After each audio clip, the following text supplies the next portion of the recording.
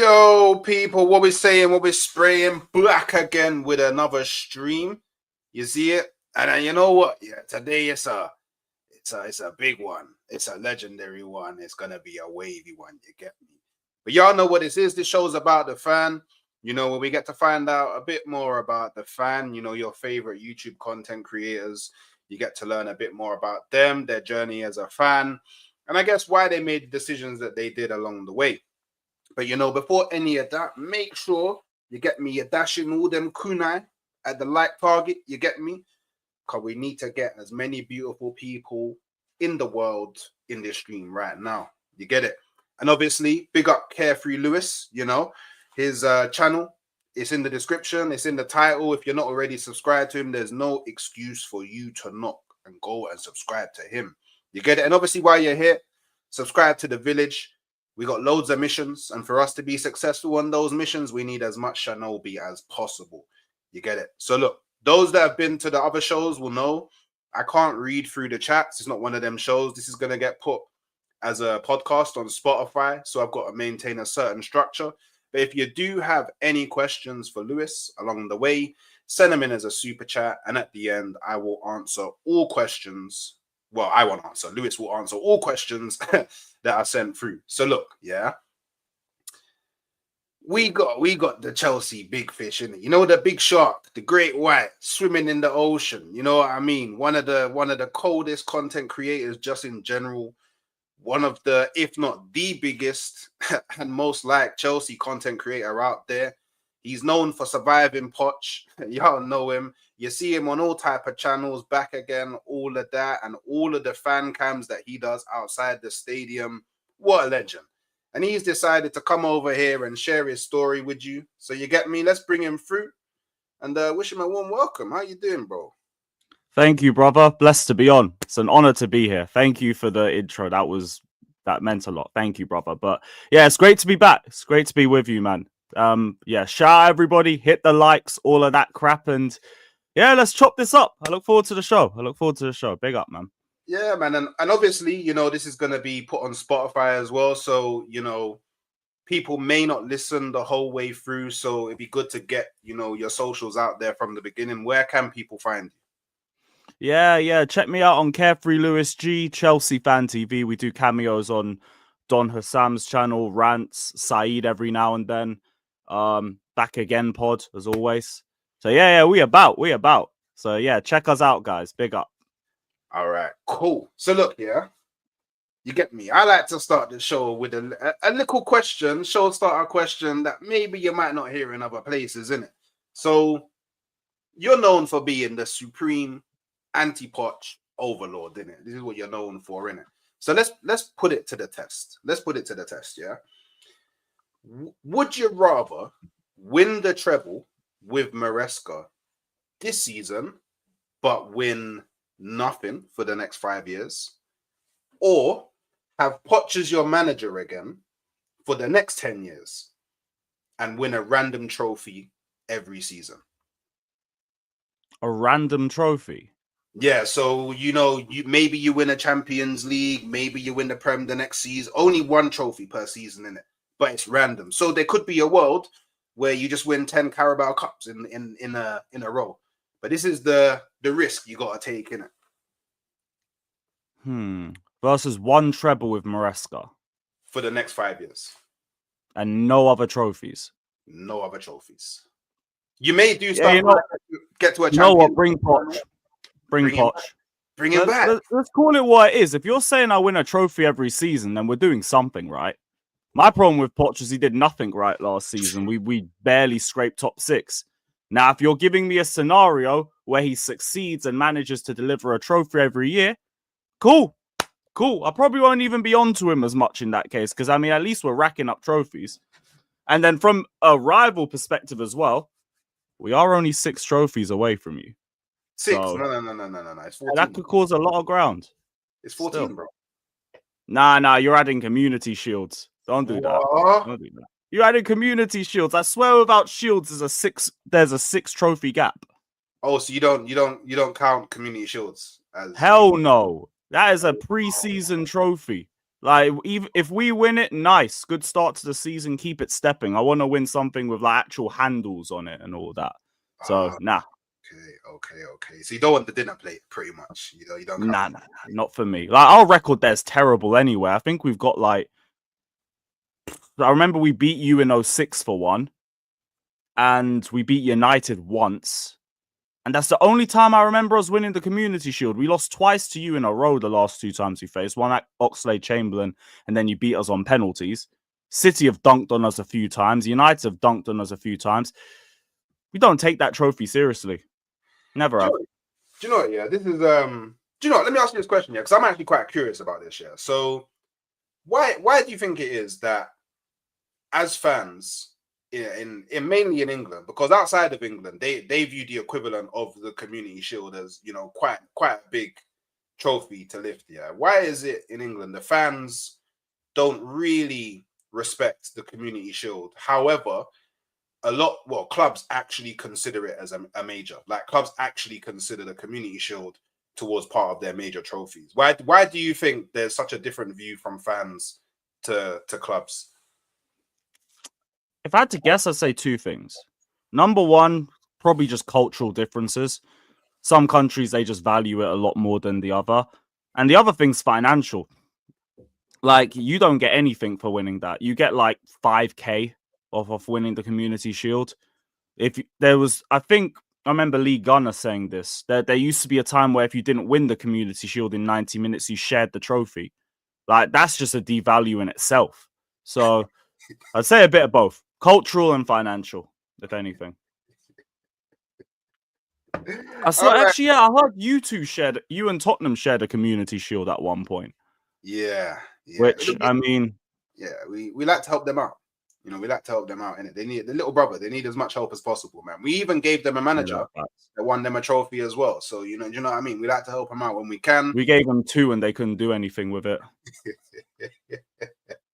You know what? Yeah, this is why, you know, this is the part I like about Chelsea fans. Yeah, even though Arsenal and Chelsea fans go at it a lot, we can find a common ground in our dislike for Tottenham and our understanding that they, you know, they're our little brother and your little cousin, innit? You know, they're just over there playing on the swings while we're over there, you know, playing with the big boys. So, you know, I give you that. They're only involved in the Big Six because they have rivalries with us. I keep saying, if neither of us cared about Tottenham, nobody else would. No one would. Sorry, all Tottenham fans that may be listening to this right now. You know, I'll be fair. I won't slew you today. So look, yeah, let's get into it. So, I mean, tell me about your journey as a Chelsea fan. Like, how did it start? Why did you choose Chelsea? And I guess, has there ever been a moment where you may have or have questioned your decision? Never. I will say that. Never. Once I'm Chelsea, that's it. And I always say the same thing with any other fan. Like, people always try to do the match going versus worldwide fan thing. I don't care, as long as when you're Chelsea, you stay Chelsea, innit? Don't go straying away from the club. But for me, it was a local thing. It was either Chelsea or Fulham. Well, I lived close enough to both of them. Didn't have a clue about football when I was getting into it. I just knew all my mates from primary school were. And Chelsea were my favourite colour. So I always say, shout out Thomas the Tank Engine, shout out Thunderbird 1. If people want to ask why I'm a Chelsea fan, it's because of them. It ain't because of any of the players. I knew all about Chelsea after I picked the club. I think I made the right choice. Wait, so how long have you been a Chelsea fan? So it would be I've been a Chelsea fan since I was 6, basically. So it would have been like year 4 or something like that. Everyone was either Chelsea, Manchester United, or Arsenal in my primary school. There was like 1 or 2 Liverpool fans. That was about it.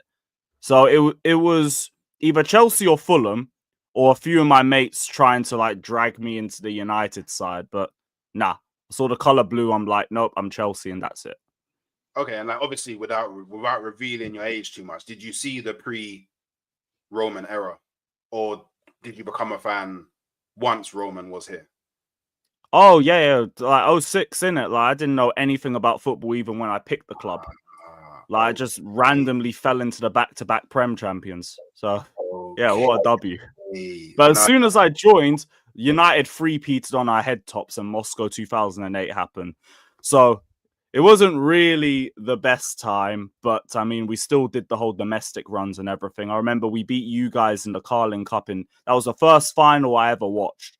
And then United FA Cup final, I remember I missed most of it because I had to go to a birthday party. And I came back, it was extra time, still 0-0. Turns out it was one of the deadest finals ever, so I didn't miss anything. So yeah, that was about it. Yeah. So do you know what? Yeah, that makes it. Do you know what? Yeah, whenever I speak to a Chelsea fan that has only seen the good times, it makes a lot of sense, the view that they have on Arsenal. Like, so I would assume, I'm making an assumption here. Do you know? I'll ask. Do you think that Chelsea is a bigger club than Arsenal? Yes. Now, I don't think the argument could have been made when I first got into football, but I think now we've managed to pull up a lot more ground. Because to me, like, we have the fan base to match Arsenal. And then, like, I get history, I respect history, but it also comes to a point of, like, what are you doing now, innit? And, like, my entire lifetime growing up, I've seen Arsenal win 4 trophies, and they were just FA Cups. Like, I grew up off Arsenal being trophyless year in, year out. You man had the 8-year trophy drought before 2014. So, like, I wouldn't say Arsenal isn't a big club. That would be straight disrespectful. But I think Chelsea's pulled up enough ground to say that they are bigger than Arsenal now. And we've also got the European heritage to match. Yeah, that ever elusive Champions League that, you know, a lot of fans can talk to Arsenal until we lift it. But hey, I know it's coming soon. It's coming soon. Yeah, I've heard that one before, innit? No, it's definitely coming soon. So look, so I know you said you've never questioned your decision being a Chelsea fan, and you said, look, once you lock into Chelsea, you're fully locked into Chelsea. And I feel like that's a cultural thing with Chelsea as well. Like I noticed that a lot more in Chelsea fans than a lot of other fan bases. But for example, with me, yeah, I saw the good days with Arsenal. Like, I grew up with the Wenger period. I saw the heyday, and then I saw the decline as well.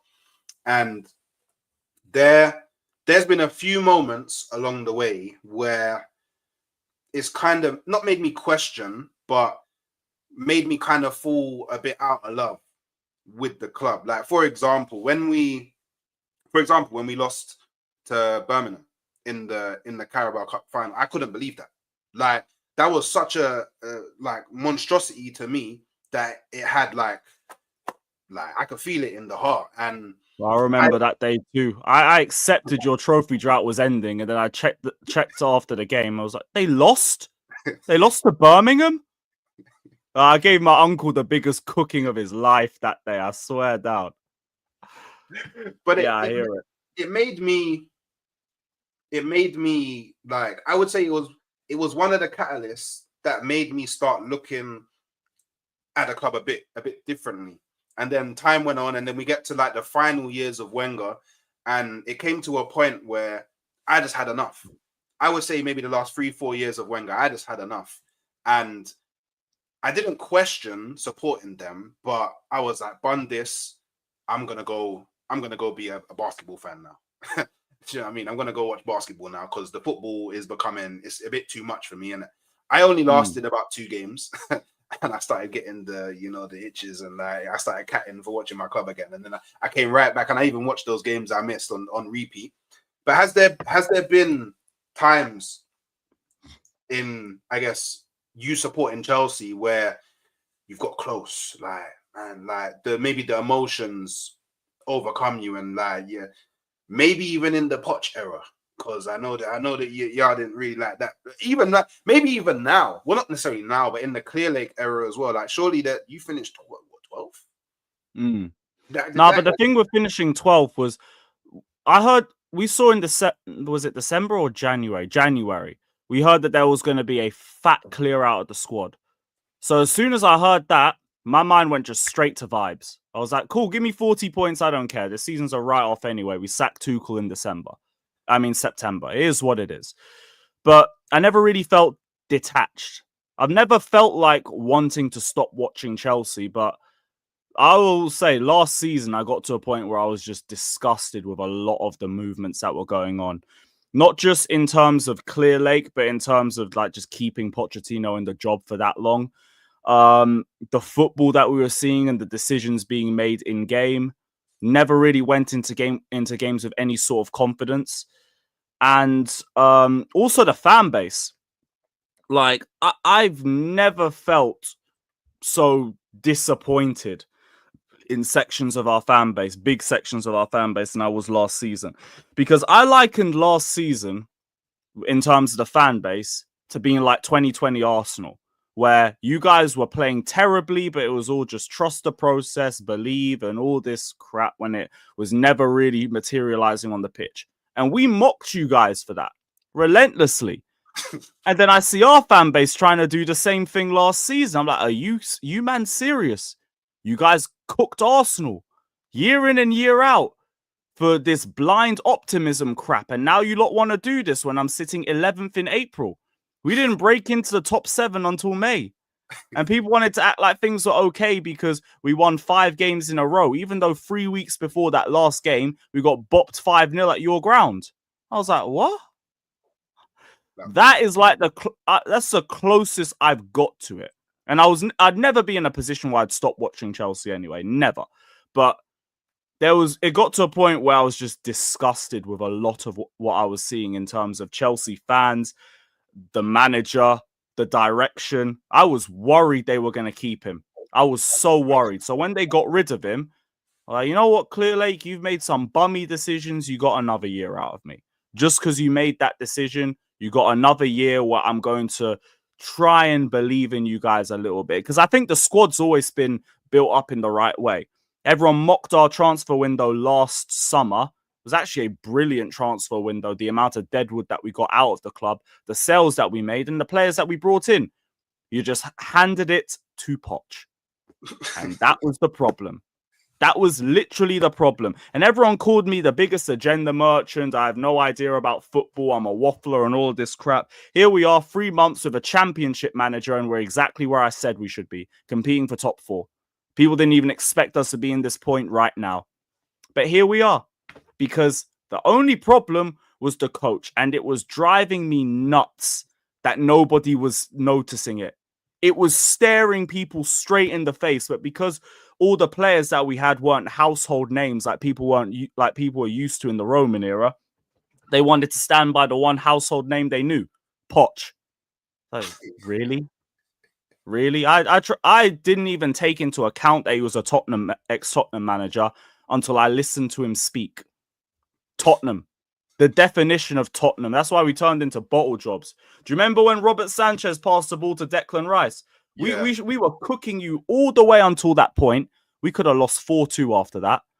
The way we just fumbled. We were lucky that you guys just didn't make anything clear cut after the equalizer, or we would have been finished. Yeah. So, yeah, that's the closest I've been. Okay. And you know, obviously, what is your take on, the vibes in a fan base? Because I know it happens in Chelsea quite a bit, and I like it does in Arsenal. So, for example, in Arsenal, you got the whole Arteta in versus the Arteta out. You got the super positive versus the super negative. What's your standpoint on the balance of being a fan? Would you say you sway either side, or do you kind of remain as much in the middle as possible? It really just depends on the situation and the topic. There's times where I'll just sit in the middle. There's times where my stance is clear and I am budging from that one unless given enough evidence to say that I got it wrong. I actually think in terms of the fan base, things are a little bit more mellow now, but I'm also just waiting because I think one bad patch and all the negative guys and the Clear Lake outers and the Poch crybabies are all going to start coming out their shells like they all did on match day 1 when people were trying to do disconnect and everything because we couldn't beat the 4 Peters at home.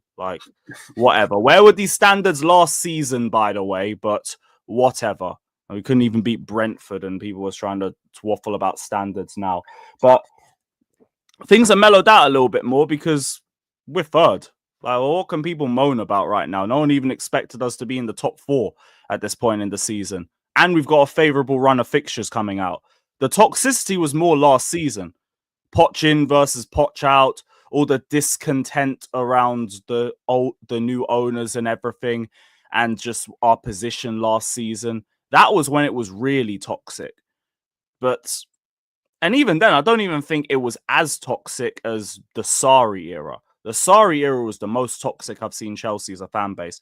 For some reason, last season, people just sat by and kind of accepted where we were, which again just makes you want to have standards this season, but you didn't want to have it last season. Like, figure that one out. But yeah, like as of now, I think it's a little bit more mellow, but that don't mean a damn thing because like Chelsea's fan base is always a volcano just waiting to erupt. So I'm just waiting for the next thing to cause that. So I mean, I was one of maybe the very few rival fans that from even before you guys signed Sancho, I predicted that you guys would finish third. Like I have to hold my hand up. I thought the top four was going to be very different to what it is now. Like my original prediction was, I think it was Arsenal to win the league. I had Man City second, and then I had Chelsea third. Like I thought Liverpool was gonna fall off a tad bit, which I mean it's understandable. It's gone the complete other way. So obviously there's a lot of people that didn't expect you to be where you are right now. To be bluntly honest, do you think you can maintain this? In terms of like how long with the season, I don't know, because I've always said anyone trying to talk Chelsea title talk, Robert Sanchez is not lifting a Premier League trophy this season. So please miss me with that garbage. It's not happening. I like that Chelsea fans are even in a position where we can try and talk about a title race because it's been a minute since we can even entertain those discussions. But yeah, like for me, I don't know. I look at the run of games that we're having. And I could see why that conversation could start getting a bit stronger because bar Villa at home, we should be winning every game. And I include Tottenham away in that. Like, we take the mick at that ground. The way they play suits us perfectly. We are going to absolutely cook them. But I don't think we're going for no league title. I don't think that's going to be the case throughout the season. Like, there will be slip-ups. There will be some bozo moments. Centre-backs still need to get themselves up a level or two, even though I do believe in Cole and Fofana. And, yeah, no, not Sanchez. I ain't going to say that. But that is the main reason. Like, it's top four, and it's not anything else because you are not winning no league title with Sanchez in goal. I was speaking about this with Saeed earlier. Bum goalkeepers don't win the Prem. Every Premier League winning goalkeeper is at the very least good. Like, at the very least, some level of consistent. You're not doing it with Robert Sanchez. Now, maybe if we finally just bite the bullet and give Jorgensen some starts, and he shows levels, like the bar's low, but I mean, like, actual levels compared to the other goalies in the league, maybe we can talk about pretenders and all of that. I still don't think we'll win, but maybe we'll hang on for a little bit longer. But not with Robert Sanchez and two centre-backs that need to improve. Too many ifs and buts. My thing with Chelsea is, though, and one thing that I personally find a bit scary about Chelsea is I know that if it comes to January the 1st and you guys are anywhere from 1st to 4th, your board will go, all right, Maresca, who do you need to win the league? Maresca will give names. They'll go and buy these players. I know that Chelsea board will do this. Like Chelsea have been known for like, cool, buy players. So I think that if you guys are anywhere between 1st and 4th, come January the 1st, I believe that you will sign who you need to sign to give you the best chance to go on and win the title. So at what point will you, Carefreelewisg, go, okay, we're gonna, like, you'll start saying, okay, we're gonna win it. Like, what do you need to see? Like, what's the criteria? And at what point do you need to see that criteria for you to go, okay, Chelsea, we're winning the league? So, like, I'd compare it to you guys in 22-23. When you guys were top of the league for like 90% or something of the season, I never recognized you guys as serious title contenders until like February, March. Because I never had you lot. I had you lot down to finish top 4, but I didn't have you lot down to compete for the league title, let alone win it. So I was expecting something to fall sooner or later. With Chelsea, I ain't in a position where I'm expecting or like pushing for that to happen. Obviously, if we get to that position, brilliant. But I'd have to wait till about February, March myself. And like, we'd have to be either top, joint top, or within touching distance of top, like 3 points or less. Maybe I'll listen then, because you've shown enough consistency that I believe you could carry it into a run-in. But then I even say that our run-in isn't good. It's not good. We got Liverpool away, Newcastle away, United's our last home game, and then we end the season away at Forest. There are banana slips there. So I'm not really giving them that expectation. If they get to a position where like maybe they can keep going, then look, just shoot for the stars in it, and wherever you land is wherever you land, because we should have top 4 in the bag by then. But nah, I don't think I'm ever really going to put that expectation on these players unless they're like actually clear in the title race to a point where it would be ridiculous if you didn't win it. Because for me, like, if I put those expectations, then I'm going to be disappointed if we don't reach those expectations. And for me, just want Chelsea to get back into the top 4. As soon as we get back into their title race next season, it's done. Like, top 4 to me, I'm fine with that being an aim for the season, as long as it's just the season that you get there. As soon as you get there, look higher.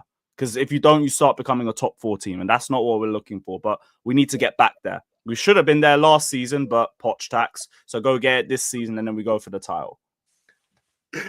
Okay. I appreciate that. So, cool. When you think about Chelsea, it's like when you really sit down and think about it, what moment would you say resonates with you the most as a Chelsea fan? Like what sticks the most whenever you think about Chelsea and your experience throughout being a fan? And can you kind of paint the picture of that moment? Like, what moment defines Chelsea? For you, so as a fan, so like what moment is like so like constantly in your mind? Like if someone said to you, what's your favorite moment as a Chelsea fan? Like, what's the moment that kind of sticks with you the most as a Chelsea fan? Bro, first UCL. It's gotta be Munich. It's gotta be Munich. Just for the way that we did it. Like, we talk about underdogs, backs against the wall and everything. Like, we won that with a team that probably shouldn't have won that. But we just won it off pure willpower and just defensive strength. I could even throw just the Barca games into that as well, because it shows resilience, it shows willpower, it shows everything that you want from a Chelsea squad, because you're playing at Bayern's home ground with Ryan Bertrand at left wing. Cahill and Louise, a centre-back pairing, both just rushed back from injury. These men did 120 minutes and bossed it. Even Jose Bazingua, who's a little bit of a bozo in them times, like, still bossed it in that game. So, yeah, like, if anything, I'd just say 2012. 2012 says a lot about what Chelsea should be. It's a team that fights against all odds, usually has that underdog, us against the world sort of mindset, but they achieve it. At the end of the day, they persevere and they achieve it. So I'd say that's the one. Well, what do you think it was that gave you that kind of ability to win that Champions League final? Honestly, just willpower. That was just it. Because like, that was an aging Chelsea squad who weren't in good form in the league. We just sacked the manager and brought in an inexperienced interim. And then we just won off determination, willpower, clinical ability in the right moments. Like, I don't think we made a single chance against Barcelona in the first leg until Drogba scored. And then the second leg, Ramirez has no right to score that sort of chip against that level of a Barcelona side. It's one of the greatest sides, forget at that time in history. Yeah. And then 2-0 down, backs against the wall, pressures on you to an insane level. He's gone and done that.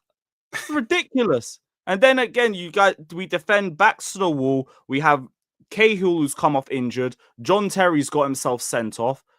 We've got Bazingwa playing centre back. And then we just hold them off for 45 minutes. Lionel Messi, David Villa, Pedro, Fabregas, Xavi, Iniesta. Couldn't break through. Shout out Petr Cech as well. Like, he was an absolute hero throughout that run. And then the final, it's the same thing. Mario Gomez, Ribery, Robben. They couldn't break through until the 83rd minute. And then Chelsea, who have barely made an attack all game, score with their next set piece.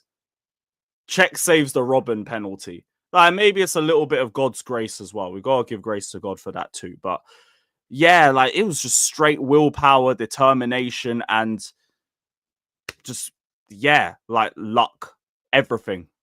Luck. Do you know what? Yeah, I don't really believe. Well, I believe in luck in the sense that you actually have to be kind of in the race to get your own luck, right? I don't believe in like you only won because you're lucky. I believe that, you know, oh yeah, you gave yourself a chance to become lucky by even turning up and doing what you needed to do in the game. Like, if you just turn up and didn't do anything, I don't think luck would have struck. But I don't know. Also, a little bit of luck came against some of the individual disaster classes, like Robben and Gomez. Them two would have had nightmares for the next year about that sort of game.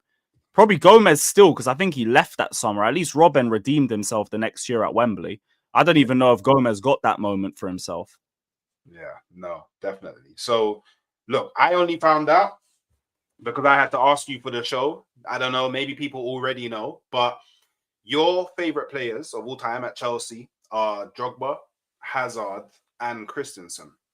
Now, well, I guess a two-part question. So first, why are they your favorite players for Chelsea? And then, it's especially Christensen. Like, when you said Christensen, that one kind of caught me completely. I knew it would. I was like, whoa, like what? I was trying to think, why would Christensen ever be like, he's not like a big household name. Like if it was like, oh, John Terry, I would have been like, all right, cool. But usually centre backs, you know what I mean? So yeah, I kind of think a bit deeper into that. Okay, so AC was just because at the time I thought he was one of the most criminally underrated centre backs that was in the league, and for Chelsea by a mile he was the most underrated. Like, my chat, no, it's only because, like, from back in the day, I was pushing the most AC prop because our defense was a mess. I was just saying, just put this guy in the lineup. I didn't rate Rudiger like that at the time either. Obviously, he turned things around with Tuchel as well, but just unbelievable reading and passing for a centre back. The brother is insane. I also respect the fact that I think he suffered a lot with anxiety at his time with Chelsea. Like, Sarri used to talk about him like vomiting and having tummy aches before big finals and everything. We threw him into a Champions League final for Thiago Silva and the man just bossed it. Europa League final, same energy. We didn't even have Rudiger because he got injured before that. The man stepped up and bossed it. I don't remember if he played the 2018 FA Cup final, but that was his first season for us as well. And that was the first season where I'd gone to like basically every league match. And I saw us drop David Luiz after we lost 3-0 to Roma. He had a big row with Antonio Conte. We threw Christensen into the lineup, and I was just astounded with how composed and how good his decision-making was when he was on the ball. And off the ball as well. His reading of the game was absolutely sensational. So, you know, when you drop stocks in a player and you're like, I know this guy is going straight to the damn top. But me, it was Christensen. And to just see it all come to fruition around 2021, just loved it. It's just a shame we weren't able to re-sign him.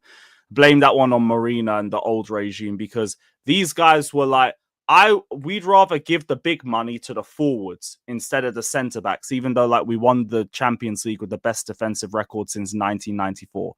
Yeah. Werner didn't deserve those wages. Havertz didn't deserve those wages. Lukaku, you could make the argument that he'd earned it in Italy, but then he just ratted us out and just made it an even bigger issue for us. Same thing with all those forwards. None of them were to that level. So that's Christensen. That's why. Okay. And I mean, just you know, before you go to Drogba and Hazard, in terms of Christensen, where would you rank him in terms of Chelsea centre backs that you've seen? I just think I don't know if he hits the top 5. Obviously, Terry, Carvalho, Thiago Silva, Cahill I rated. I rated a lot. I think he declined badly in his last few years, but like he was very good next to John Terry as well. Do I say fifth? For the centre backs that I've seen, personally, he might make fifth. He might make fifth. So if we do Terry, Thiago Silva, Carvalho, Cahill, maybe Christensen. Maybe Christensen. I think that would be it. Okay, fair. So in terms of Drogba and Hazard, talk to me a bit about them. Like, why are they some of your favorite players to ever play for Chelsea? For me, like Drogba, straight up just ultimate big game player. We'll call him Arsenal Slayer and all of that because big rivalry and everything. Always knew I could rely on this guy. Whether he scored or he didn't, he was going to be an absolute menace to the opposition for the entire 90 minutes. And yeah, just really probably our best forward, best striker by an absolute mile. So that's why he's up there. And obviously 2012 as well. Eden Hazard, I'm privileged to say I got to watch his entire era live and in person. And that brother is just ridiculous. He is absolutely ridiculous. I don't know if I will ever see a forward like him, and God willing I do. But watching Eden Hazard play live, he has to be up there. I would be shocked if I saw him lose the ball because he would barely do that. His dribbling, his decision making, his ability to dictate play from deep or to dictate it in the final third.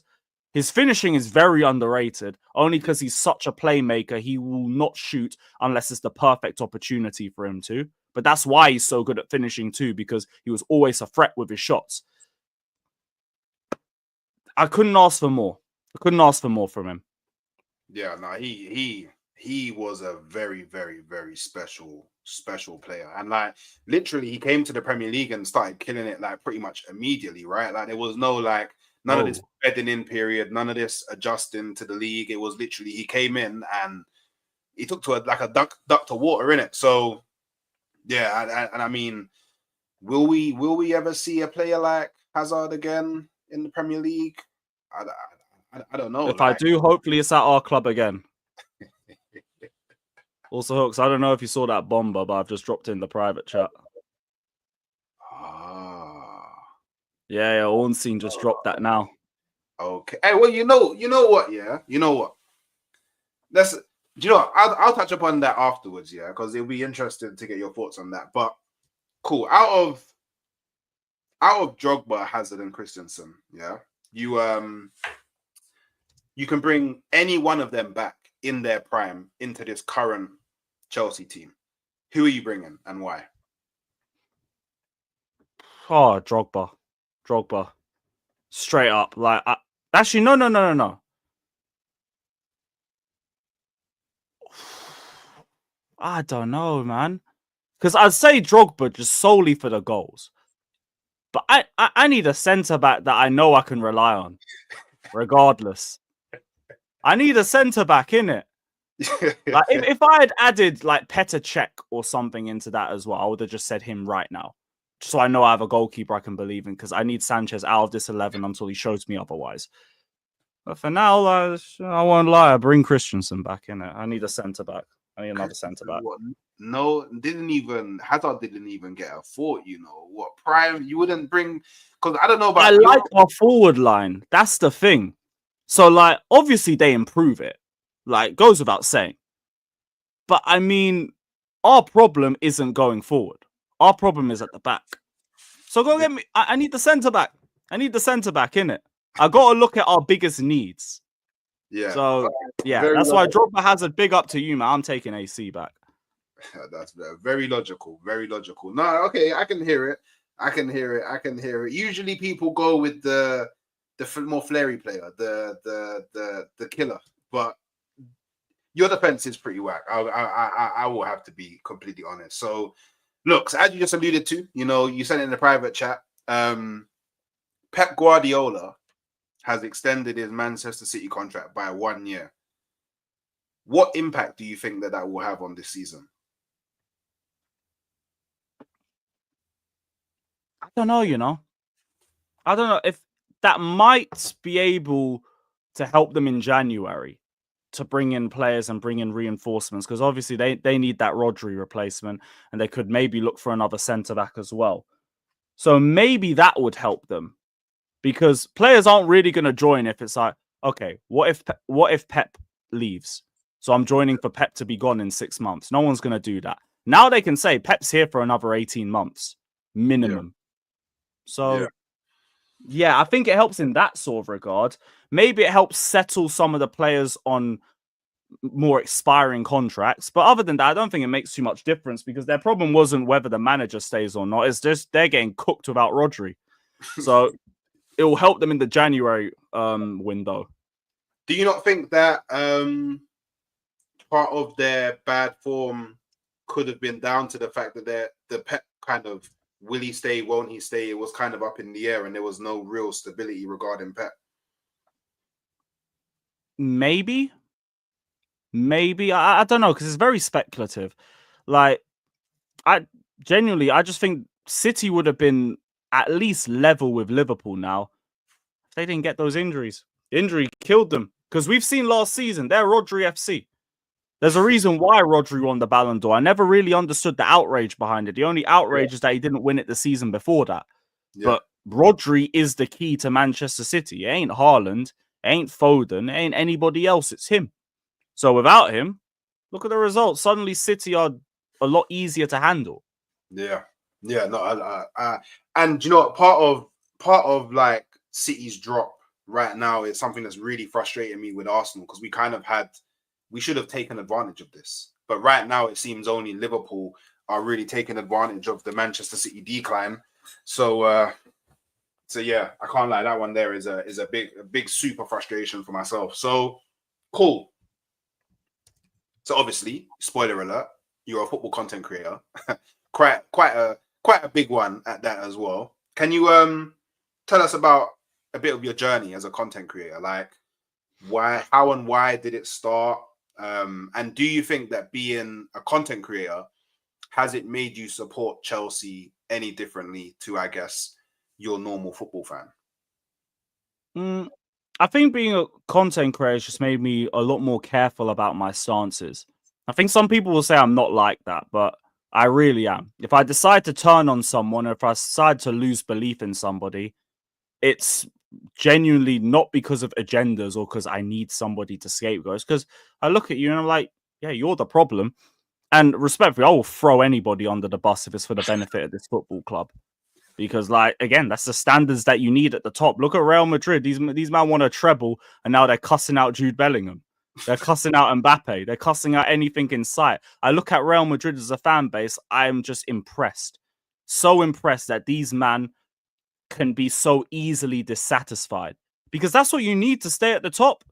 And, like, I think it's an English culture thing, if anything, because like, I think a lot of English culture is just like, belief and storylines and all this garbage, and it's like, no, if you're good enough, you're good enough. I always say good coaches coach, good players play. Some players, obviously they need time, like development isn't linear. I think the same thing for managers and players, but you can see it. You can see when someone needs time. You can see where you're just sniffing hopium, and like, I like to think I've got the better discernment for that. But in terms of getting into the content creator space, I generally think it again comes down to luck, grace of God, and all of that. Because like I got more into it during like the peak of the fan channel era, like around like 2016 and all of that. There was a channel called 100% Chelsea that was doing fan cams after home games. I just started going on there to just talk about the game. I didn't even go to games with mates at that time. I just went on my ones. So yeah, I'll talk about the game, bounce home, all of that, easy. Turns out people really enjoyed listening to me. So I'm like, I'll get more involved in it. So started doing it for the next 2 seasons. Lockdown happened, which turned out to be a blessing in disguise for me, because it meant I could start just focusing on my own channel. Managed to turn lockdown into a big W for myself. And we've just been steamrolling ever since. So I do think I arrived at the right time, because like back then, there wasn't as many creators, and there was also a much bigger boom at that point as well. So like everybody was interested to see like raw fan reactions and everything like that. AFTV were going viral every other week. 100% Chelsea had its periods as well. There was Redmen TV, Full-Time Devils, and United Stand when they were doing regular fan cams as well. So the right timing, and people really enjoyed listening to me. So, and like, I've always been grateful for that. Always. I always try and keep myself humble and like down to earth and everything, because a lot of people let YouTube and like the small level of fame you get from that, they let it get to your heads.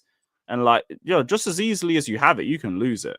And like, none of us are special. None of us are special. We have our own opinions.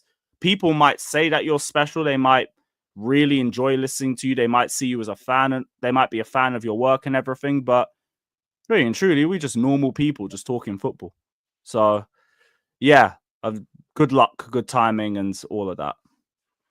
So so for me, yeah, and obviously I've only just started out, and I'm still way deep in the minnows trying to climb my way up. But even I've had people kind of stop me on the street and be like, "Oh, you're the guy that does the football YouTube stuff," and then they sit and they talk with you, and it's a good feeling. I can't lie, it's a very good feeling. How does it feel for you when you've gone from just being the fan that went to games to go and watch Chelsea to now? I can imagine whenever you go to a Chelsea game, you probably got this person stopping you in the concourse, this person stopping you, maybe even the person you're sitting next to. Oh, damn, you're Carefreelewisg, like yada yada yada. Like, what's that feeling like? Like, how does it feel to be, I guess, so recognized within your own fan base? It's mad. Like, I'm still not used to it. Someone will stop me on the street tomorrow. I still won't really know how to react, except just saying thank you for watching and like genuinely appreciate it. I try and give people as much time as possible, even though like sometimes I'm in a rush, especially match days. Match days is just a giant blur until full time and everything. And even then I'm rushing back to go do a stream every now and then. So yeah, like I never get used to it. I never get used to it, but it's a blessing. I've never thought in my life I'd get to a point where people are stopping me, asking for pictures. Someone asked me to sign their ticket once. I was like, really? Someone asked me to sign their shirt a year or two ago. I was like, bro, I'm going to ruin it. Like, why do you want my... Then he said it was a Mount shirt, and I was like, yeah, whatever. Go sign it and all that. But yeah, like, it's crazy. It's crazy that you have that sort of outreach. Like, sometimes I'll just ask the chat where they're watching from. I will get everywhere in the damn world. And I'm like, what? This is ridiculous. I will spend like 30 minutes just going through different cities and countries, and it's insane. It's insane. It's very humbling. But again, I only give grace to God for it, because like, I don't believe I'm anywhere without that. So yeah, like, I'll never get used to it. I don't think I ever will, but I never want it to stop either. Like, it's great. It's great. Also, like, it gasses you up a little bit. I won't try and front. It does gas you up a little bit, but it's mad. It is mad. Like, you go from just doing like the odd fan cam now and then to sometimes you can't even like walk anywhere around Chelsea without being stopped. It's ridiculous, but it's a blessing.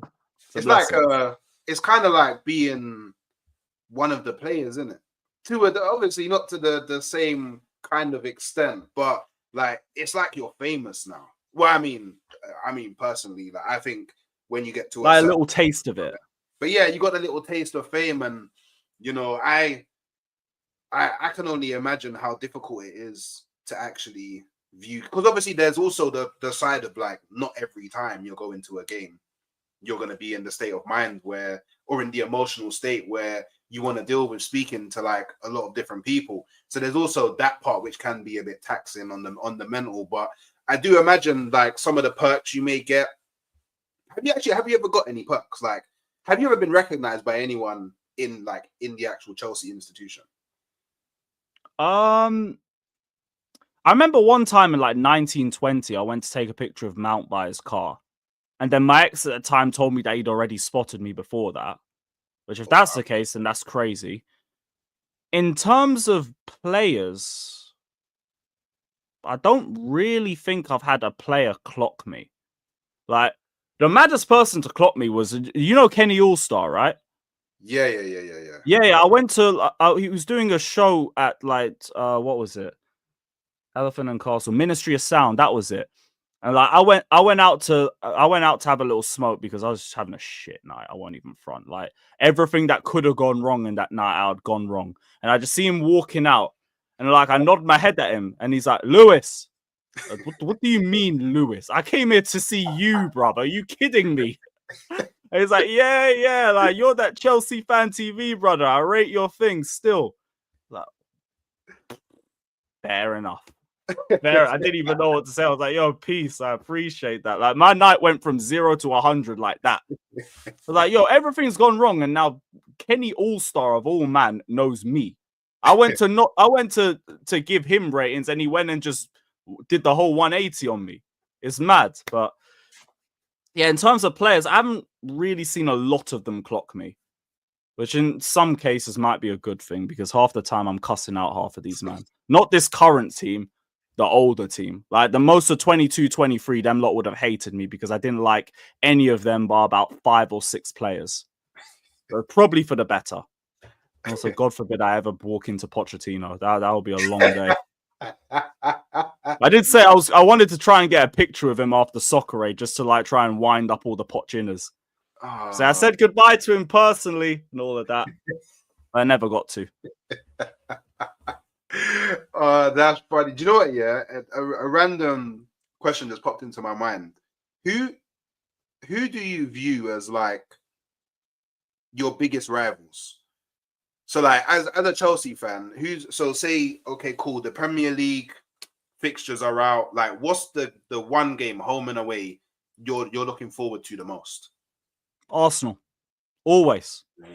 That's the real rivalry for me. Like this fan base is a mad hatred for Tottenham, which I understand, but I mean, that's really a rivalry. Like, are you kidding me? This is bullying. It's pest control. That ain't serious.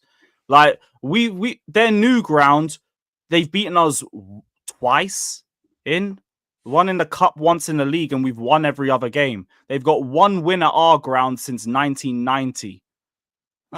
We've won more times at their ground than they've won at ours since, I think, 1983. This is not a rivalry. What are we doing? Like, cool, cuss them out all they want. Don't compare the rivalry of Tottenham to a rivalry of Arsenal. Because, like, that's actually a level rivalry. That actually goes either way. Both sides have an argument for that one. United, obviously, like, you look out for that one as well. But for me, it's always Arsenal. That's the real derby for me.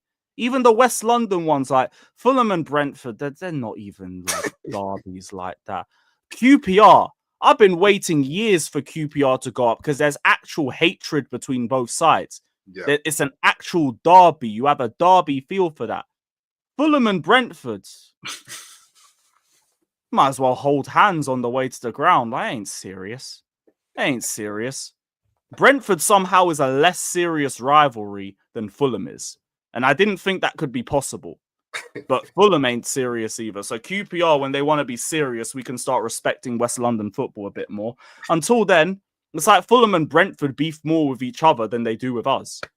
And I guess it's because like they ain't ever going to come near us. And I understand that. But is what it is. That's why I'm low-key hoping Fulham start doing well too. Maybe we can actually start building some tension between both sides. It's boring. Fulham and, well, to say that, we've beaten Brentford once since they've gone up. But it still don't feel like a rivalry. Yeah. I mean, I'm looking forward to the day where we have like a proper London title race. Like actually Arsenal and Chelsea properly battling it out to win the Premier League. And that's what I'm looking forward to one day, because I've had enough of having to beef like these northern clubs. The last time was 04, 05, weren't it? I wasn't even watching football them times. Yeah, so that, and literally I don't even really know like we can call it a battle, to be honest. Like we didn't, yeah, I don't know. But I would like to see that. I've had enough of like I've had enough of this Man City Liverpool thing. It's like the fakest rivalry that I've ever experienced in my foot. These man just give each other props left, right, and center. Is boring. Yeah. Like one for City and Arsenal look like it's starting to turn into a proper rivalry after your last game. Because you lot just fell off after that point. Yeah, that we had Pep kicking chairs. I mean, you both did, to be honest. I gotta give same for City. All right, sweet. Well, you know what? The final question from me. What does being a fan mean to you? And can you imagine a world without Chelsea? I can imagine a world without Chelsea, but oh boy, that doesn't sound like a great world. We had a couple months of that during lockdown and just dead, just absolutely dead. But I think being a fan is just supporting the club first over anything. And I mean the club, and I don't mean the individuals. The individuals are not going to be there as long as you are. So the attachments to those individuals, have them. I don't mind. Everyone has favorite players, past, present, all of that. I don't have an issue with that. Don't put the player above the club. Not ever do that. It's always got to be club first, because there are some fans who are pretty calm, easygoing. They don't really care. They're just there to support. And like, yeah, whatever. I don't really care too much. There's some fans who are never really happy, kind of like myself. I put myself in that category. But they always want, the aim is always to see Chelsea succeed, and they've got higher expectations. Some people say, oh, they're not a proper fan and everything. I just want to see the club succeed. So ultimately, to be a fan is to just put the club first over any individual. So I think that would be the right description of it. Okay. Well, bro, it's been a pleasure. Love for giving me your time. I appreciate it. I hope everybody watching enjoyed themselves. I hope you enjoyed yourself as well. Coming on the channel debut. So yeah, great to be on, man. I appreciate you having me on, bro. Yeah, man. Anytime, man. It's a pleasure to get to talk to people that are like, I like talking to people that you can tell are really into like their club and really like support the thing and fly the flag. And it's good to sometimes, break away from the constant trolling and going at each other's necks and just, sit down and talk about football and find out a bit more for about the next 4 months. So look, everybody that's currently inside, make sure you're subscribing to Carefree Lewis. His channel is in the title. The same to all the people that watch it on playback. Make sure you're liking the video on the way out. And make sure you're subscribing to me as well, man. I'm trying to grow, man. Trying to hit the heights, man. We need more people in the village. You get me? So yeah, I'll catch y'all next time. Blessings.